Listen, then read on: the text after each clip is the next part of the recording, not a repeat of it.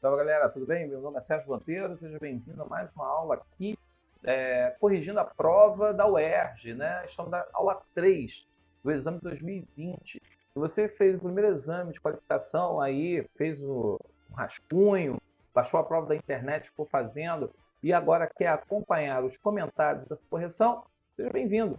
Se você ainda não fez isso, para a aula, baixa a prova no site da UERJ e é só você botar lá, primeira EQ 2020, vai aparecer a prova, você clica, dá para baixar no seu computador, dá para você imprimir, e você tem a oportunidade de pegar essa prova, fazer a parte, e você volta aqui para acompanhar como que a gente foi resolvendo, que matérias são importantes para você fazer.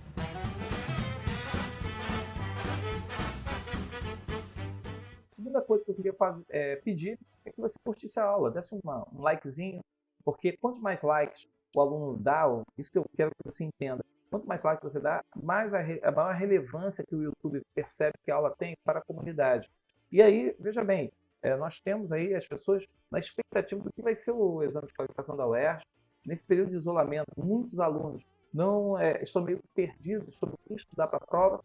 Então, aqui é uma oportunidade para que você possa acessar uma aula que vai mostrar para você como fazer a prova da UERJ, principalmente a prova de linguagem. Então, o likezinho, botar o sininho para tocar, porque toda semana tem aula nova. E, é claro, você dando seu palpite, falando sobre o que a aula pode melhorar. As críticas, elas são bem-vindas quando elas visam a melhoria e o crescimento do canal, até mesmo para poder a gente atingir melhor aquilo que você está precisando. Então, dê aquele like, dê aquela curtida aí e indique para seu amigo, tá bom? Vamos fazer aí, no caso, uma campanha do bem. Vamos ajudar as pessoas que estão querendo evoluir, crescer e mudar a sua realidade. O primeiro texto aí, dessa aula 3, para começar, é um mini conto da Marina Colasanti. Desejou ter a beleza de uma árvore frondosa tatuada nas costas, copas praiadas sobre os ombros. Temendo, porém, o longo sofrimento imposto pelas agulhas, mandou tatuar na base da coluna, bem na base, a mínima semente. Olha só, ela queria tatuar a árvore, só que pensou, aí veja bem, temendo, porém, o sofrimento, aí no caso imposto pelas agulhas, mandou tatuar na base da coluna, bem na base, ali naquilo ali que seria o suporte da coluna, mandou tatuar uma semente. Então, quer dizer, se a gente parar para pensar na questão das possibilidades e hipóteses, aquela coisa, né? O que a gente espera? Ela tatuou a semente na esperança de aquilo crescer e aquilo evoluir um dia, ser árvore. Fica aí a sugestão, é só para começar. Para começar, a gente começa com a semente, com base. O resto virá com o tempo. E aí vem a questão 16, que é uma imagem do Magritte que já caiu numa prova antiga aí da UERJ, quem pega os exames anteriores para fazer, se deparou com certeza com essa questão aí.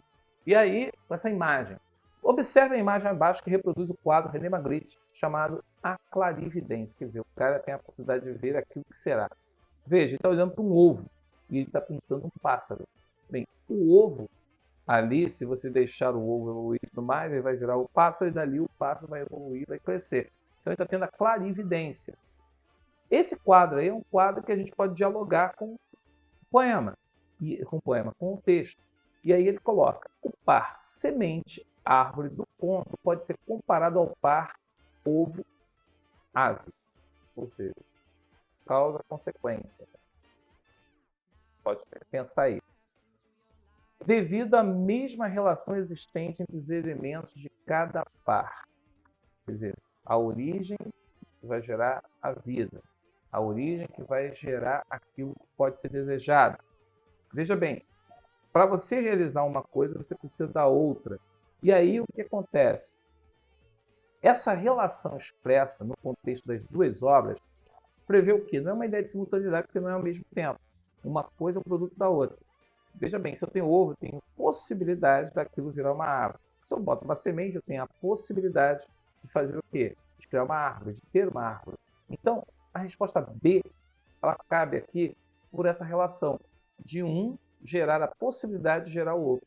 Se é possível gerar o outro e para que haja um preciso da base do outro, a letra B acaba se impondo na questão 16. Então, questão 16 aí, anota que a possibilidade de que o ovo gere a ave, que a semente gere a árvore, é o que ele está colocando aqui. Essa seria a semelhança, essa seria a relação que estaria aí contida. Por isso, a questão 16 seria a letra B. Já na questão 17, tanto o conto de Marina Colasanti quanto o quadro René Magritte põem em evidência a seguinte condição da criação artística. Pessoal, veja bem, quando a pessoa ela vai compor, seja qualquer obra de arte, ela precisa mexer com a criação. Ela vai criar um fato. É uma obra de ficção. Eu sempre falo com o aluno isso. Eu posso criar um conto, uma história, uma poesia de situações as mais absurdas ou as mais patéticas possíveis. Tudo leva o quê? A imaginação, a criação de um universo. Quando o cara pega o violão e começa a combinar notas, ele começa a imaginar uma série de melodias, uma série de ações. Quando eu pego o quadro e começo a pintar, eu também começo a imaginar o mundo. Quando eu escrevo, a mesma coisa. Então, a palavra imaginação, da letra D, é resposta porque ela mexe com o plano da ficção. O plano da ficção, ela o tempo todo trabalha essa questão da imaginação e da fantasia. Por isso que a resposta 17, letra D. Ela tanto, o que aproxima tanto a crônica, o conto, né, o mini-conto, do texto de Magritte é isso. Ambos trabalham com aquilo que seria a criação artística, a criação do artista. Vem a questão 18. Na narrativa, o desejo inicial e a decisão final do personagem pode ser relacionados por meio de uma figura de linguagem. Pessoal, a semente, aí você tem essa coisa, né? A semente, na base da coluna, eu uso a semente para me referir o quê? A árvore. Se eu uso uma palavra no lugar de outra, eu tenho aquilo que eu chamo de metonímia.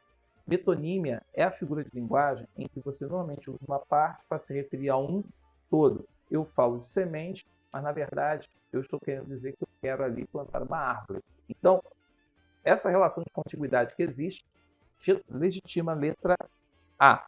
Não pode ser hipérbole, porque a hipérbole ela trabalha com a ideia de exagero. E não há, nessa imagem da semente, um exagero. E a árvore não seria um exagero da semente. Não pode ser ironia, porque a ironia eu não estou afirmando algo, mas pensando o oposto. Isso aí não aparece em nenhum momento do texto. E antítese eu não estou colocando ideias opostas. Árvore e semente não se opõem. Então aí só pode ser o quê? Metonímia, que é essa figura de substituição. Quanto a metáfora, uma comparação, toda a metonímia ela se dá num plano justamente o quê? De substituição de uma palavra por outra. Por isso aí a questão 18, letra a resposta. Na questão, para fazer 19, tinha que ler o texto Pescando na Margem do Rio. Era um homem muito velho. Cada manhã acordava certo que aquela seria a última. E porque seria a última, pegava o caniço, a latinha de iscas e ia pescar na beira do rio. As poucas pessoas que ainda se ocupavam dele reclamaram a princípio que aquilo era perigoso, que ficava muito só, que poderia ter um mal súbito. Depois, considerando que um mal súbito seria a solução para vários problemas, deixaram que fosse e logo deixaram de reparar quando ia. O velho entrou assim na categoria dos ausentes. Ausente para os outros, continuava docemente presente para si mesmo. Ia ao rio, palma fresca, como manhã, demorava um pouco a chegar porque seus passos eram lentos, mas não tendo pressa alguma, o caminho lhe era só prazer. Não havia nada ali que lhe conhecesse as pedras, as poças, as árvores, e até o sapo que saltava na poça e as aves que cantavam nos galhos, tudo lhe era familiar. E, embora a natureza não lhe curvasse para cumprimentá-lo, sabia-se bem-vindo. O dia escorria mais lento que a água. Quando algum peixe tinha a delicadeza de morder o seu anzol, ele limpava ali mesmo, cuidadoso, e assava sobre um fogo de graveiras. Quando nenhuma presença esticava a linha do caniço, comia o pão que havia trazido, molhado no rio, para não ferir as gengivas desguarnecidas, ou seja, desdentado, né? À noite, em casa, ninguém lhe perguntava como havia sido seu dia. Fazia-se mais fraco, porém. E chegou a manhã, em que, debruçando-se sobre a água, antes mesmo de prender a isca na barbela afiada, viu faiscar um brilho novo. Apertou as pálpebras para ver melhor. Não era um peixe, movido pela correnteza, um anzol bem maior do que o seu agitava-se sem isca. Por mais que se esforçasse, não conseguiu ver a linha. Enxergava cada vez menos. Nem havia qualquer pescador por perto. O velho não descalçou as sandálias. As pedras da margem, aspas, entrou na água devagar, evitando escorregar. Não chegou a perceber o frio. O tempo das percepções havia acabado. Alongou-se na água, mordeu o anzol que havia vindo por ele e deixou-se levar. Ou seja, o pescador, ele acabou sendo pescado. Ele se autopescou, ele foi pescado. Ele que era o pescador se torna pescado. Então tem uma relação paradoxal aqui nesse texto. E é um texto bem interessante, você vê que não é um mini conto, ele até se estende um pouquinho, mas para falar sobre uma coisa que é o apagamento, a invisibilidade social dos mais velhos, das pessoas que, à medida que a pessoa faz ali, a pessoa vai se tornando velha, a pessoa vai chegando justamente o quê? As pessoas acabam esquecendo ou ignorando. Isso acaba aumentando a solidão dos mais idosos. Então aí, ó, o conto inteiro pode ser compreendido como um eufemismo. O que é o eufemismo? É suavizar uma ideia negativa. Então ele procura atenuar o sentido do seguinte tema abordado na narrativa. É o quê? Ele foi envelhecendo, ficando mais fraco, até que ele foi pescado ali pelo rio, ali no rio. Veja, ele está colocando, ele está querendo atenuar o quê? Normalmente o eufemismo atenua a morte. A morte é que é normalmente usada para ser atenuada. Você não quer dizer que a pessoa morreu, a pessoa ela não se encontra mais no meio de nós, ela está no sono eterno, ela está tendo um sono, ela entrou em sono profundo. Veja, a morte normalmente é usada para esse eufemismo. E o velho, e esse homem velho está experimentando isso com a passagem do tempo. Ele vai envelhecendo, o corpo vai ficando mais fraco até que ele morre. Então aí, ó, questão 19, letra D, aí no caso, é a resposta. O eufemismo é usado para marcar a ideia de que ele estaria morrendo. Na 20, o conto constrói um paradoxo que está formulado em... Bem, quando eu estava aqui comentando o texto, falando rapidamente do texto, né, que a imagem final que você faz ali é de que ele é o pescador, ele acaba sendo fisgado por uma isca. Sem linha, mas ele é fisgado pela isca. Por isso que é o paradoxo da letra C.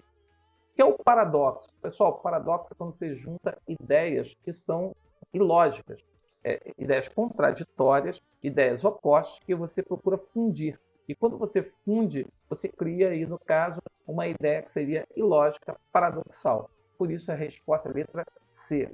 Muita gente tem dificuldade para confundir e confunde com antítese. Tem uma aula lá no canal falando sobre antítese e paradoxo. Veja bem, eu sempre falo para o aluno, se você faz uma frase, você coloca lá que o Vasco jogou contra o Flamengo, tem uma antítese. Por quê? O Vasco se opõe ao Flamengo, então eu tenho aqui uma oposição de valores, de cores, de clubes, de torcida, de sentimentos. Eu tenho uma oposição que é muito bem construída. Agora, eu falar que o vascaíno flamenguista, qualquer vascaíno e qualquer flamenguista vai olhar para a minha cara e vai dizer: como assim? Não existe vascaíno flamenguista. Isso é ilógico. Isso é um paradoxo. Então, toda vez que você constrói o paradoxo, poxa, eu estou, no caso, sei lá, carente de tanto sentimento que eu sinto. Se você está sentindo tanta coisa, se você está amando tanto, você não está carente. Você aí pode estar de saco cheio, pode estar entediado. Mas se você falar que está carente, carente é não ter. E se você tem muito, como você está juntando essas ideias? Então, as ideias que você junta, essas ideias opostas, formam aí o que a gente chama de paradoxo. É o frio que ao mesmo tempo quente. É o honesto que ao mesmo tempo é corrupto. Isso é paradoxal. É o homem de bem que faz o mal. Isso é paradoxo. Questão 21. Na questão 21, falas e pensamentos dos personagens podem ser incorporados pelo narrador em discurso indireto livre. Como se observa em... Veja bem, quando o narrador está contando uma história e ele dá voz a sentimentos, ele dá voz a pensamentos da personagem que não falou, mas ele pensou e o narrador revela esse pensamento, isso caracteriza discurso indireto livre. Ora, pegava o caniço, latinhas de iscas e ia pescar na beira do rio, aqui você não está dando lógica, ele está falando sobre a sequência de ações. Então aqui está apenas relatando, descrevendo as ações do personagem. que aquilo era perigoso, que ficava muito só, que poderia ter um mal súbito. Pessoal, aqui, veja, quem é que está dizendo isso? É o personagem? Não, ele está revelando aquilo que era dito. Não tem o personagem falando ali para ele, mas ele está colocando, reproduzindo as falas que diziam, constantemente diziam, quando ele saía para pescar. Então, a resposta aí é a letra B. Quando você vê a C, ó, o velho entrou assim na categoria dos ausentes. Isso é o olhar do narrador sobre o comportamento da personagem. Demorava um pouco a chegar, porque seus passos eram lentos. Isso é o narrador falando sobre a atitude, sobre a questão da ação que está acontecendo. Então, o único que revela fala, ideia, pensamento de outras pessoas da família é a letra B. Por isso que ficou aí a resposta, a letra B. E a 22, fechando, ausente para os outros, continuava docemente presente para si mesmo. Veja que essa frase é bem interessante, né? Ausente para os outros não percebiam a existência dele. Para os outros, estava aí. Continuava docemente presente para si. Ausente e presente são ideias que se colocam de forma oposta. Se elas são opostas, veja bem, uma reformulação que mantém o sentido equivalente ao da frase acima é: eu não precisava ter lido o texto, eu poderia vir na questão e aí eu veria os chamados conectivos. Veja, na letra A eu uso por quê, dá uma ideia de explicação.